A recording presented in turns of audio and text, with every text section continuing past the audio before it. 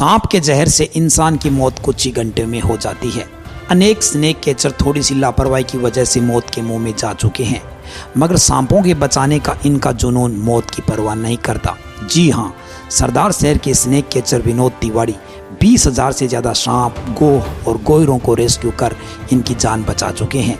कई दफ़ा इनको घायल सांप भी मिल जाते हैं तो इनकी मेहनत कई गुना बढ़ जाती है।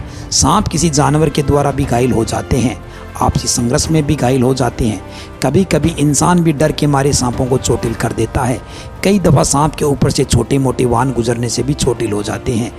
विनोद तिवारी को चोटिल सांप मिलने पर बहुत दुख होता है।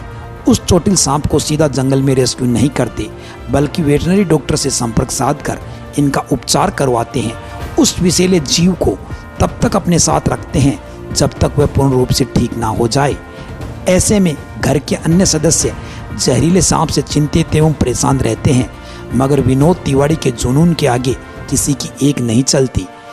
इसी प्रकार से हम कुछ वीडियो आपको दिखा रहे हैं जिसमें कटे पटे सांपों को टांके लगाकर उनका जीवन बचाने की जदोजहद करते विनोद तिवारी दिखाई दे रहे हैं।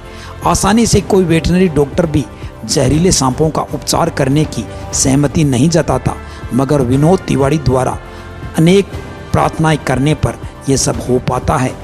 इस जीव प्रेमी विनोद तिवारी के जुनून ने हजारों जीवों को जीवन बचाने के साथ इनकी सेवा का भागीरथी पुण्य भी अर्जित किया है।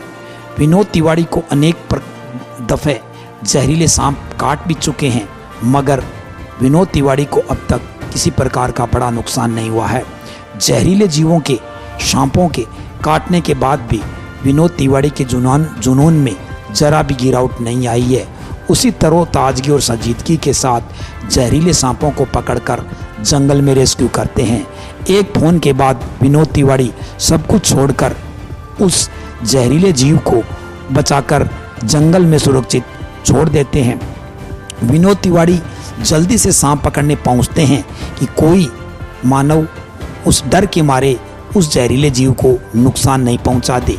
उस जहरीले सांप को पकड़ने के बाद विनोद तिवारी पानी तक नहीं पीते हैं, क्योंकि ऐसा वो इसलिए करते हैं ताकि उस जीव का दर्द भी वो महसूस कर चुके और जल्दी से उसको रेस्क्यू करके ही पानी ग्रहण करते हैं। इसी प्रकार विनोद तिवारी उनकी पीड़ाओं को समझने के लिए अपने आप को पीड़ा देने में भी कतई पीछे नहीं हटते हैं।